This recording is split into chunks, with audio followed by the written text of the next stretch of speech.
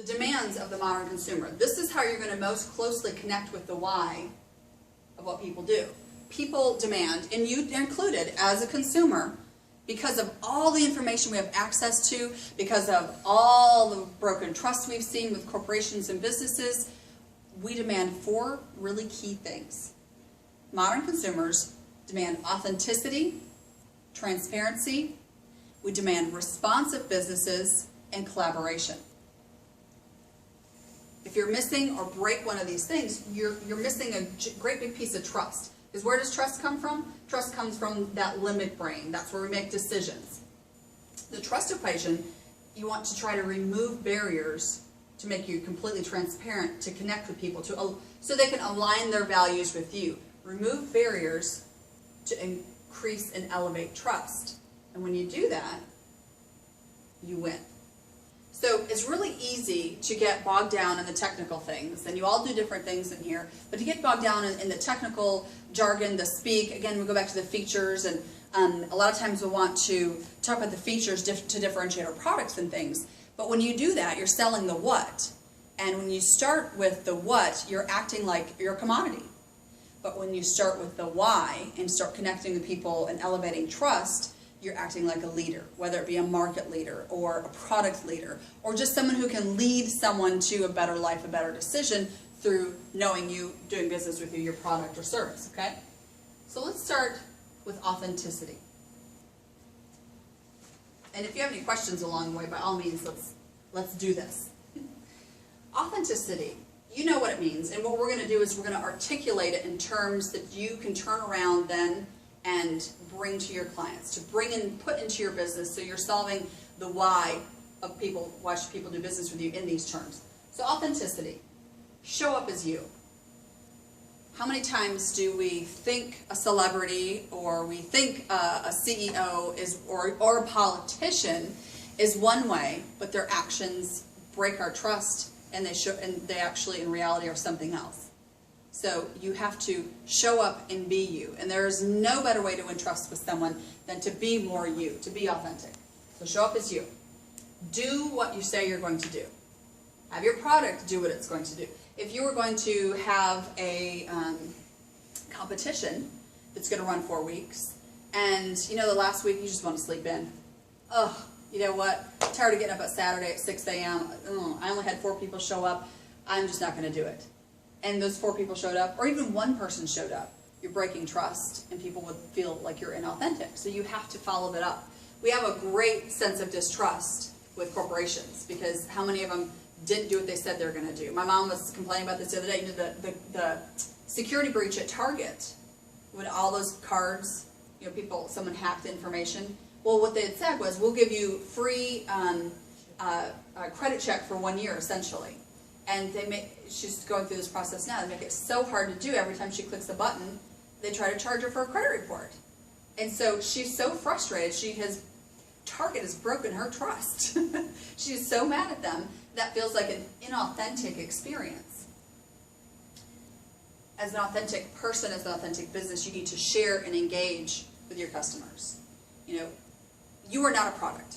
You are not a service. You are not a business. You are a human being. And when you connect with people as a human being, instead of an automated robot, instead of a call tree, you win their business. You have a better chance of building trust with them. And again, trust comes from the decision-making place in our brain. That's where you have to be. So share with them. Share the story of your business. There's the why. Share the stories of your customers and the successes. Share your struggles.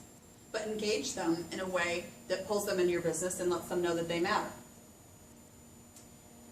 This is another one to being authentic. This has been probably the single most important thing I've ever done in my business, was to have a point of view. And it's a pretty bold one. I speak and blog and write from a pretty bold, non-conservative point of view on sales and selling and business. But when you do that, and I own it, I live it, I own it, I'm really, really true to that, to say, I'm not marketing. Marketing is great, but you don't win business unless you sell something, unless you help people buy you or your product or service. I own my point of view, and I put it out there. That makes me incredibly authentic, and when you do that, it also draws people towards you and to your business. They want some of that. People will buy who are like you, people who buy like you. It's not about you, don't confuse that. It's not all about you. People need to know, like, and trust you, but it's not all about you. So if you have a point of view that speaks to people and you stand behind it, makes you undeniably authentic. All right, transparency. This one is probably the best example of where the internet has gotten us, transparency. We demand to know who we are doing business with authentically so that we can align our values with them. There's no great Oz. There's nothing behind the curtain. We must know what you stand for. Think about all the different, over the past maybe 24 months, all the different companies that have had some great PR, good and bad, because of a stance, because of a view. Hobby Lobby, not wanting to pay for birth control pills under the Affordable Care Act, filing suit. People, that polarizes people. There is no room in the middle for that. People either love them or hate them. Same thing happened with Chick-fil-A and their stance or support for organizations in gay, lesbian community, or rather against that. People stood just so in defense of Chick-fil-A, and then people decided, I'm not going to stand for Chick-fil-A. But it was very polarizing, but it actually worked for them. It really strengthened their base because people aligned their values with what their core value was. You know, those two same businesses are not open on Sundays. That's aligned with our values. On Facebook right now, there's a lot of ads about, who was it? DSW Shoes, for instance. They're not going to open on Thanksgiving so that their employees can enjoy the holiday with their family. And people will share that. People will tell other people that value is the same as mine because they're transparent about it. And that, again, builds loyalty, builds trust. People align with that. They're sharing their values and their vision. My mother, okay, use her as another example. Watching TV the other day, you know, for the 100th time that commercial came on where, I think it's the Smile Foundation, they do corrective surgery in developing and third world countries on children who have cleft palates and are born with cleft palates. And it's so moving. It's so compelling to see the before and the afters. She was compelled to go and give. But she didn't go straight to the company's website or to the organization's website. What did she do? She Googled them first. And she read reviews, and she read about she read about some of the financials. And she decided not to give to that particular foundation because she could see what the CEOs and some of the higher level executives were making. They were making, she said, like, you know, nearly $1 million. And she said, that does not align with my values of someone I want to give my money to. I don't want to give my money to the CEO or to the director. I want my money to go to the children who need the surgeries for their cleft palates. So think about how deeply we align our core values with businesses that we want to do business with. You can't cross that line. If you know that someone does not support your core values, it's your limbic brain is going to make it really, really hard to do business with them.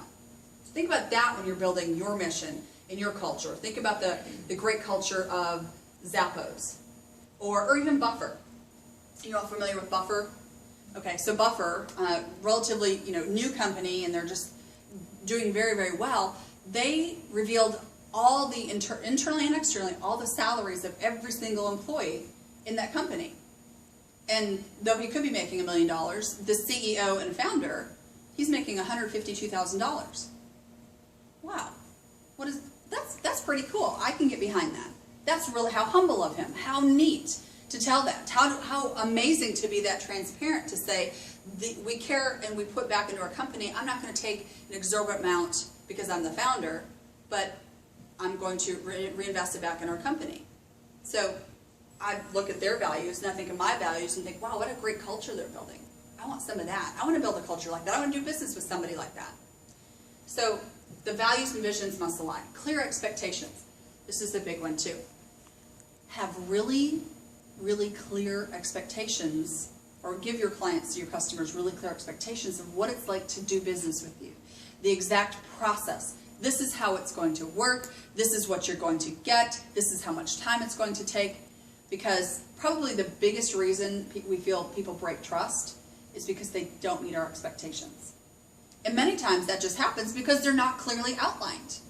You know, if you go to an event and you have a schedule and you've never been to this event before and you don't know that everybody runs behind, and you made plans for this afternoon, and it's going to eat into your plans, that is not hitting your expectations.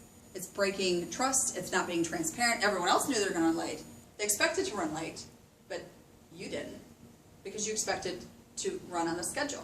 So one of the ways you can clear up really customer service issues or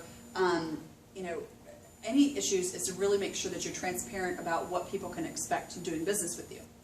And then that leads to communication too. Communicating internally, communicating externally, being transparent with what you're going to do, with what your growth plans are. Your plans for world domination of your market or your category. If you're really, really clear about that and you communicate that with people, you build transparency, which translates, again, to trust.